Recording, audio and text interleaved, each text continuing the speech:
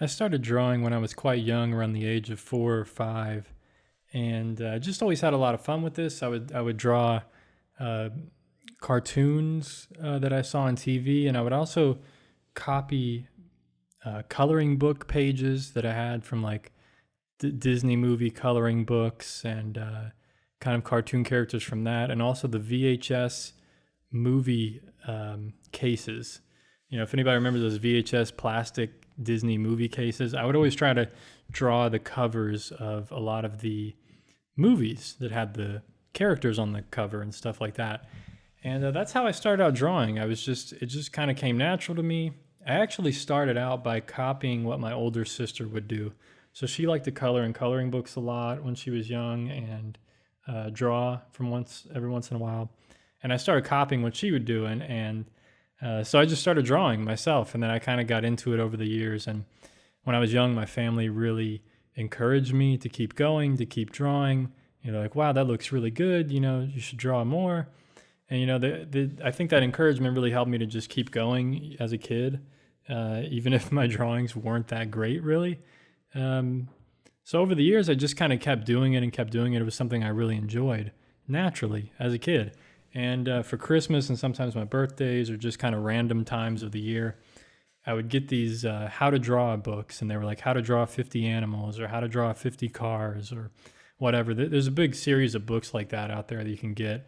And I had other kind of drawing kits and stuff, and drawing pencils and different erasers. And I didn't really understand really how to draw when I was younger. I did have different kinds of sets of drawing pencils, but I didn't really know or understand what they did. I kind of just played around with it, had fun, and did what I could. I didn't really know how to shade or to create value in a drawing. I mostly did a lot of line drawings.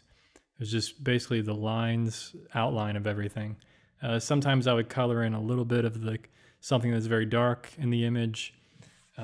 But for years, that's kind of what I did. I used just a number 2 pencil.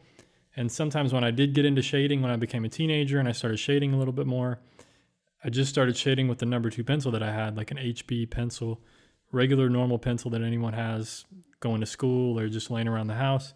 I started shading with that one, and that was the only kind of value that I could get was from that pencil.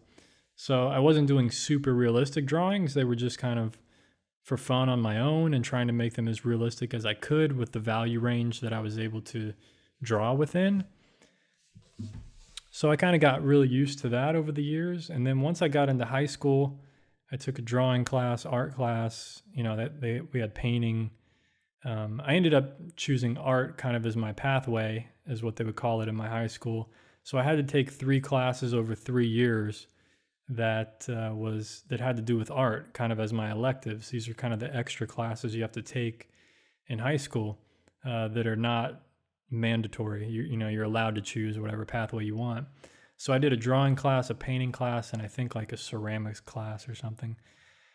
And the drawing class we drew a lot of still lifes that they set up in the classroom. And it was always boring. It was always I didn't really enjoy drawing the still lifes. It was very boring. But I got through it, and I wasn't the best. I didn't really like high school at all. So it wasn't my favorite thing. And then when I got into college, I took a drawing class, and then I was one of the better students in that drawing class. I was probably, top 3rd or 2nd in there.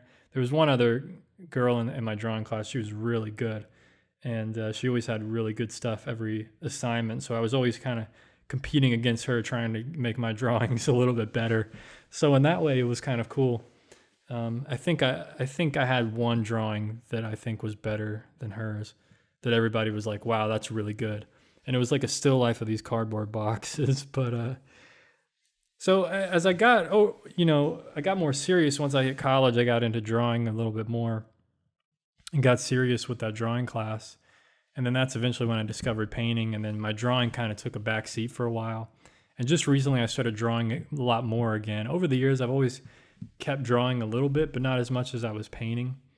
And now I'm kind of getting back into sketching and doing these pen and ink sketches. So that's kind of the trajectory of my whole drawing career. I just started out as a kid drawing cartoons and just drawing things out of these how to draw books, and just basically doing years of studying, and it wasn't very serious studying. It was just having fun in school when I had free time at home, just drawing, animal heads or drawing cartoons or like whatever it was, just copying what I was seeing and really training my hand-eye coordination. I think over the years now it's very easy for me to get something down quickly on the paper, because of my hand-eye coordination, all the years of kind of training.